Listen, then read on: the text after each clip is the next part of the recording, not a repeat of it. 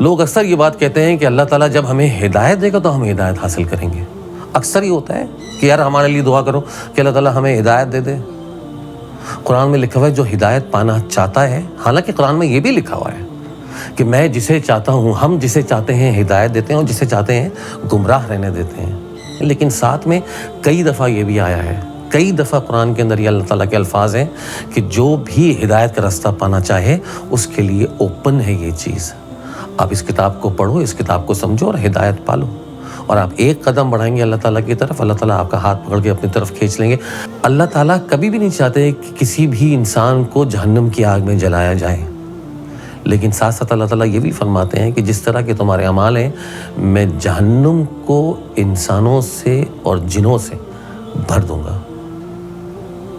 اللہ تعالیٰ ہمیں اس چیز کی توفیق عطا فرمائے کہ ہم اس دنیا کو اور اس نفس کو اپنا خدا نہ بنا لیں کہیں، کہ کہیں ہماری آنکھ بند ہو جائے اور معافی کے بغیر اگر ہماری روح قبض کر لی جائے تو پھر ہمارے پاس دوبارہ کوئی آپشن نہیں ہے. اپنا خیال رکھیے. آپ سے ملاقات ہوگی اگلی ویڈیو میں. السلام علیکم ورحمۃ اللہ وبرکاتہ.